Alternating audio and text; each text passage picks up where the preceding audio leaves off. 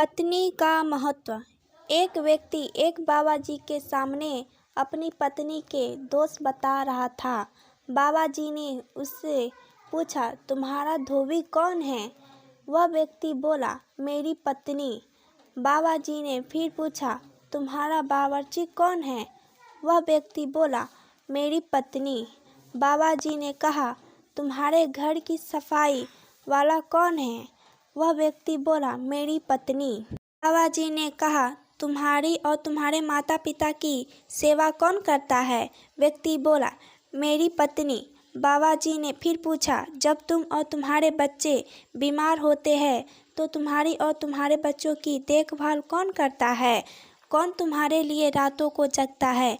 व्यक्ति बोला, मेरी पत्नी।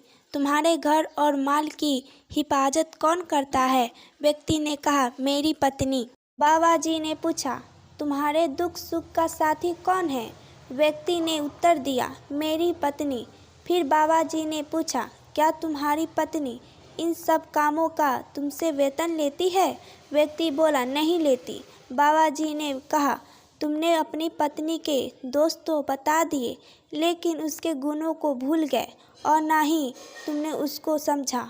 तुम्हारी पत्नी सब कार्य करने के बाद तुमसे वेतन नहीं लेती है। बस इतनी सी आशा रखती है कि तुम उसका ख्याल रखो, उससे प्यार करो और उसका आदर सम्मान करो। आशा करती हूँ कि आपको यह कहानी पसंद आई होगी।